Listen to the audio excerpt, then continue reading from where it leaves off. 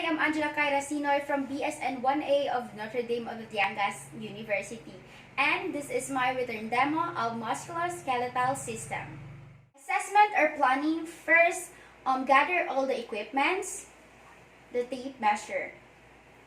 Second, explain to the client what we are going to do. Good morning, ma'am. I am your student nurse from Notre Dame of Batangas University. So, for today, ma'am, I'll be assessing your musculoskeletal system. So, for me to be able po to assess those parts, can I ask your consent po if okay lang po bang i-check or hawakan po yung mga parts po ng musculoskeletal system niyo po? Okay po, ma'am. Rest assured naman po, ma'am, na lahat po ng findings na isusulat ko po dito is completely confidential naman po between me and your attending physician po. Okay po ba yan, ma'am? Ask lang po ako, ma'am, no? Nagkaroon po ba tayo ng injured po, ma'am? Wala po. Okay, wala. Ma'am, sumasakit po ba yung katawan po natin ngayon? Wala po. Wala naman po, no? Okay. So now, ma'am, I'll be assessing your musculoskeletal system po. Okay po ba yan? Okay.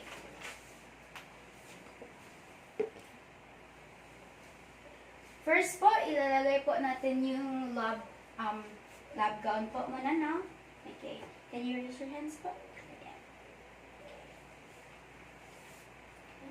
Comfortable na po ba tayo, ma'am? Apo.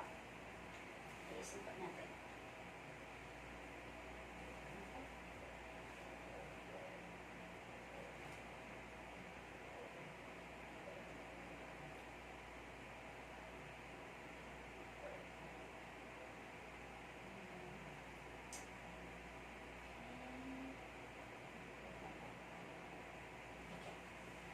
Comfortable na po tayo? So now, ma'am, as we assess the musculoskeletal system, the first one that we'll be doing is the gait, okay? So this one, ma'am, i-observe lang po kita kung how your posture po, ma'am, and how you balance your weight and your body when you are walking po. Okay lang po ba yan? Okay. So now, ma'am, can you walk po ba? Okay. Observe gait for base, weight bearing stability, feet position, stride, arm swing, and posture. The client have evenly distributed weight. Should be able to stand on heels and toes. Toe point straight ahead, equal in both sides. Posture should be erect and the movement should be coordinated. Okay, stop. Papalpate na po ako, ha? Nandiyan niya po. Okay. Inspect, palpate, and test for roam of motion. You should feel a snapping and clicking and heard in the normal client. Mouth should open 1 to 2 distance between the teeth. The mouth should close smoothly. Decrease range of motion and a clicking. Popping or grating sound may be noted with temporomandibular joint dysfunction. We should note some abnormalities such as a lack of full contraction, with cranial nerve and lesions, pain or spasms occur. Push in. Okay. Last, push out. Push in. Okay. Check na po tayo.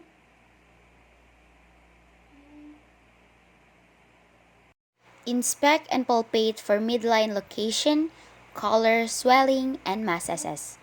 There should be no swelling, red or enlarged joint, or tender, painful joint is seen with inflammation of the joint. Okay. Nalaman ko po. Okay, can you do this? Do you feel pain? Okay. The other one? Do you feel pain? Okay. Straight lang po tayo. Inspect and palpate cervical, thoracic, and lumbar spine for pain and tenderness. Cervical and lumbar spine are concave, thoracic spine is convex, and spine should be straight.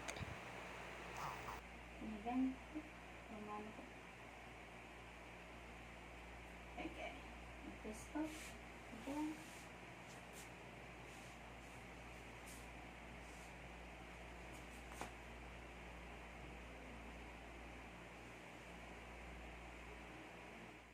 Ilagay Test po for ng range of inyong motion of chin po cervical sa chest spine. po natin. Flexion of the Okay. cervical spine is 45 degrees. Extension of the Okay, cervical and spine is so balik po 45 sa taas, tingin degrees. po sa ceiling, sa ceiling. Okay. Okay, balik na po. Now po, ma'am, Test range of motion of touch your toes thoracic po. and lumbar Okay, touch spine. your Bend toes. and touch the toes. The lateral curvature should not Okay, disappear as this ganun po. indicates scoliosis, and the spinal processes should be aligned. Okay, back na po. Can you do, Test for relax leg your and feet back po, ma'am? pain. If the client And has then, low back pain can you raise that your radiates feet down po? the back, Yung perform the kanila po, straight wala leg pang test okay to po. check for a Then, following po herniated if nucleus it is, pulposus. kung asa na po yung pain lang po, yung kaya niyo po ha. Okay. 1, 2, 3, go. Okay. Okay. Masakit na po ba yung leg, pati pain po pati yung back po natin? So, hanggang doon na. How about dito po? So, same lang po sila na. Okay, back. Okay. Okay po, Measure ma'am. leg length. Mag-measure na po Measurement tayo should be ng equal or inyong within 1 legs po, centimeter. na. Okay. Unequal leg lengths are associated with scoliosis.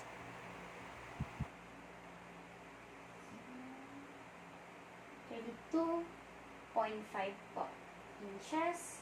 Dito po. Same po. 32 inches po ha. Okay. Okay, relax po tayo ha. Okay. No, ma'am, mag-check na po ako and palpate po ng inyong shoulders. Okay? Okay. Inspect and palpate shoulders for symmetry, color, swelling, and masses. Shoulders should be symmetrically round, no redness, swelling, or deformity or heat seen and felt. Muscles should be fully developed. Tenderness, swelling, and heat may be noted with shoulder strains, sprains, arthritis, and more.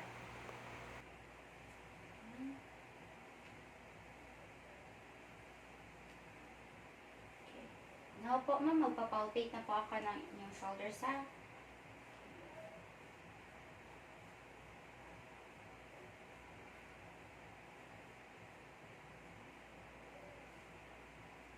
Okay.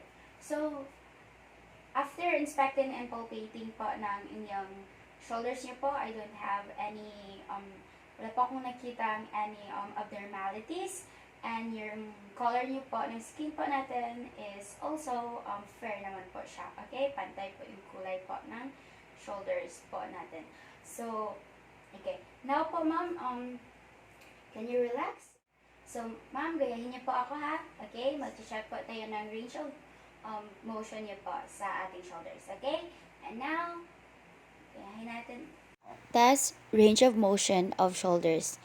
We should see an extend forward flexion should be 180 degree.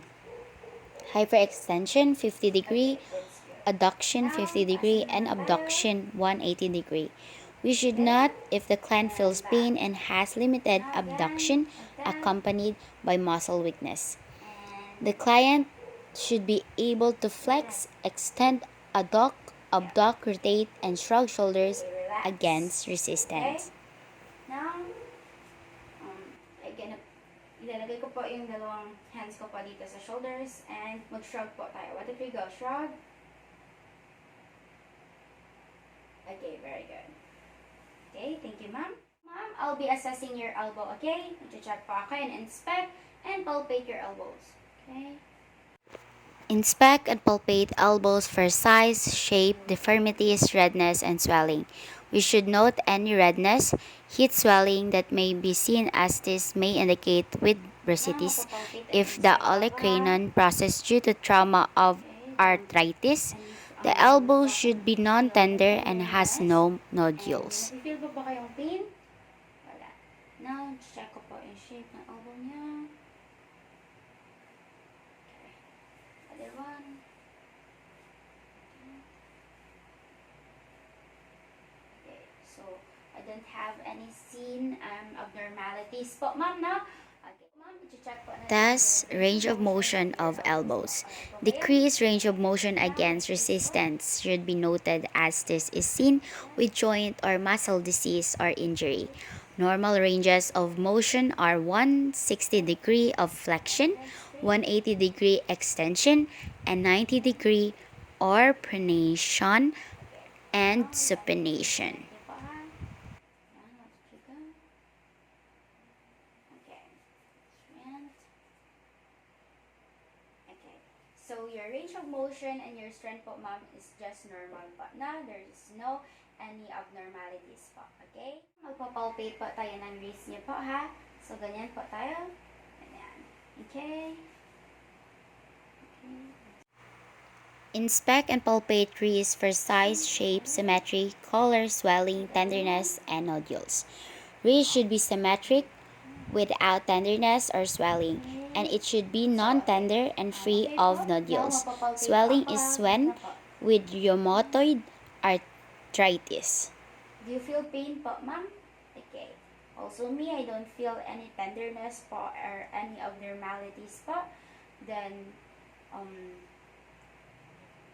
yung color naman po ng wrist po natin is fair naman po siya, no? Okay. Pantay po yung color ng wrist po natin sa hands po natin. Okay? Test range of motion of wrist. Ulnar derivation of the wrist and fingers with limited range of motion should be noted as this is often seen in rheumatoid arthritis. Okay. Then taas. Okay. Okay, push niyo po siya. Okay, 60 seconds po, ma'am, ha? Okay, 1, 2, 3, start po.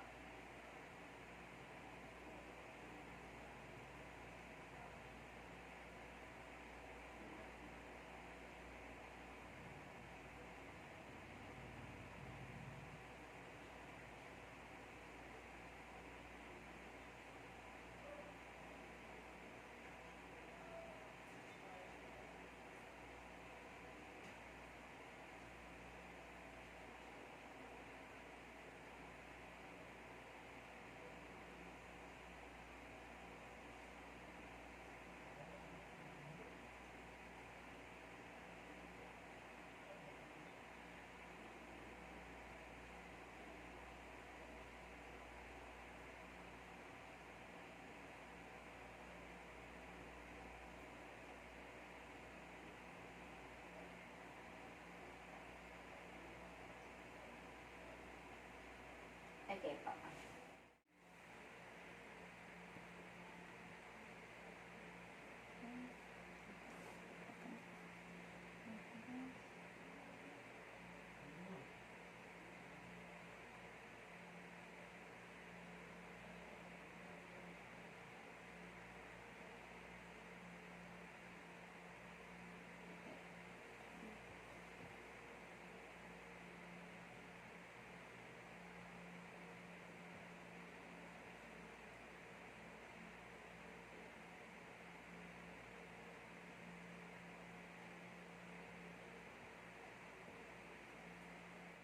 Papalpate na po ako na and inspect your fingers and your hands po. Okay po ba? Yan po tayo, ganyan. No, straight po, ma'am. Straight. Inspect and palpate hands and fingers for size, shape, symmetry, swelling, color, tenderness, and nodules. Hands and fingers should be symmetric, non-tender, and without nodules. Fingers should lie in straight line and no swelling and deformities present. If abnormalities such as pain and swelling, this may indicate finger fractures, rheumatoid arthritis, and more. Do you feel pain po, ma'am? Okay.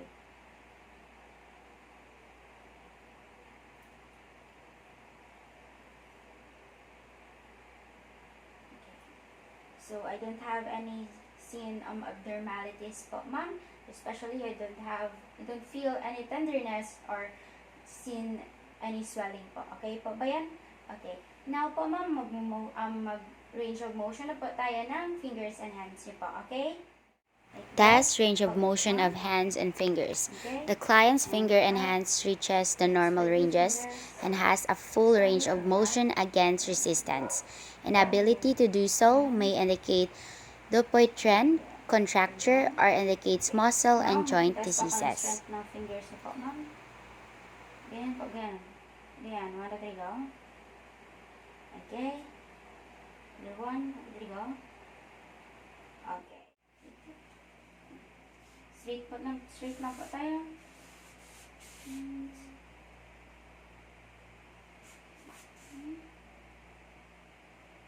Inspect and palpate hips for shape and symmetry. Buttocks should be equal size. Iliac crest are symmetric in height. Hips should be stable and non-tender. Okay. This po. Okay.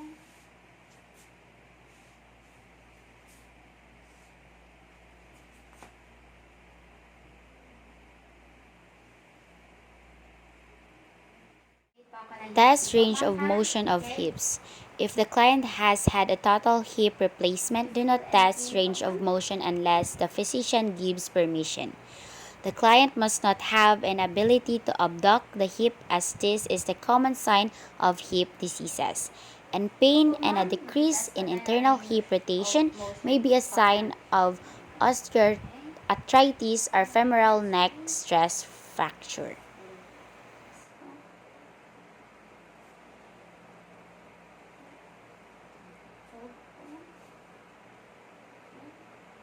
Did you feel any pain pa?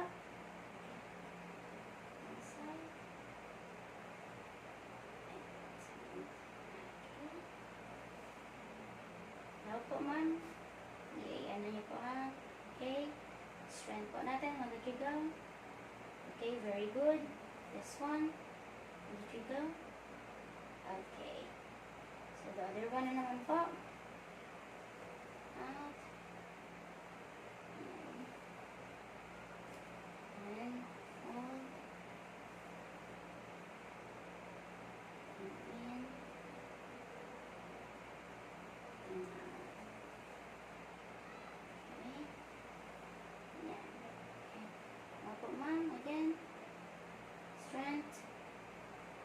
Okay. Again. Strength.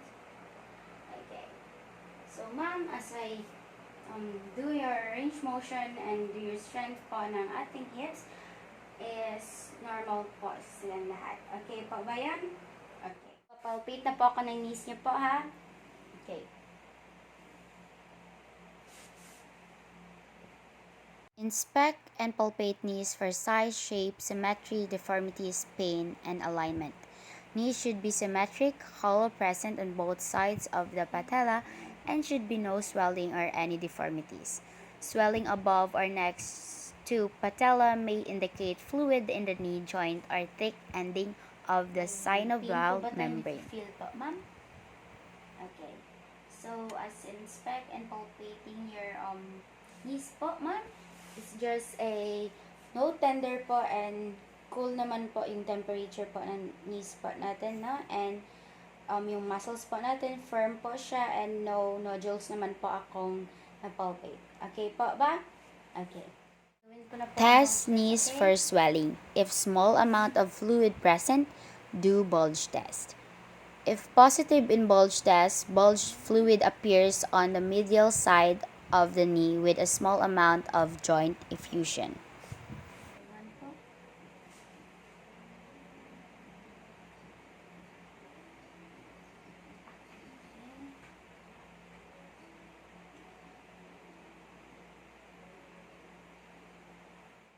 Magbabalatemen test. Test knees for swelling. If large amount of fluid present, do ballottement test. There should be no movement of the patella is noted. Patella should rest firmly over the femur. A positive test may be present with meniscal tears. Tayo pa tayo. Okay. So, now po, ma'am. Ganyan po. Okay. Now po, ma'am, bend po yung knee po natin. Like that. Okay, tapos baba po. Tapos for the other one na naman po. Then, again po. Baba po. Then, lakad po tayo na normal lang po. Lakad. Okay, balik po. Lakad. Okay.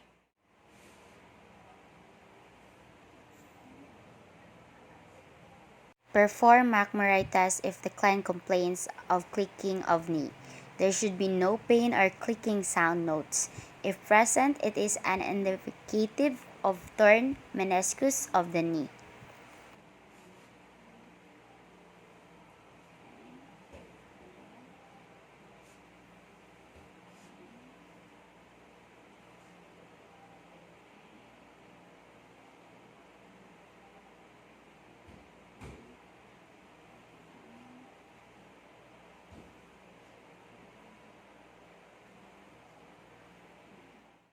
Tayo. Okay, now magpapalpate ako po. Inspect and palpate ankles and feet for position, alignment, shape, skin, tenderness, temperature, swelling, or nodules. There should be no pain, heat, swelling, or nodules notes, as the ankle are the most common site for sprains.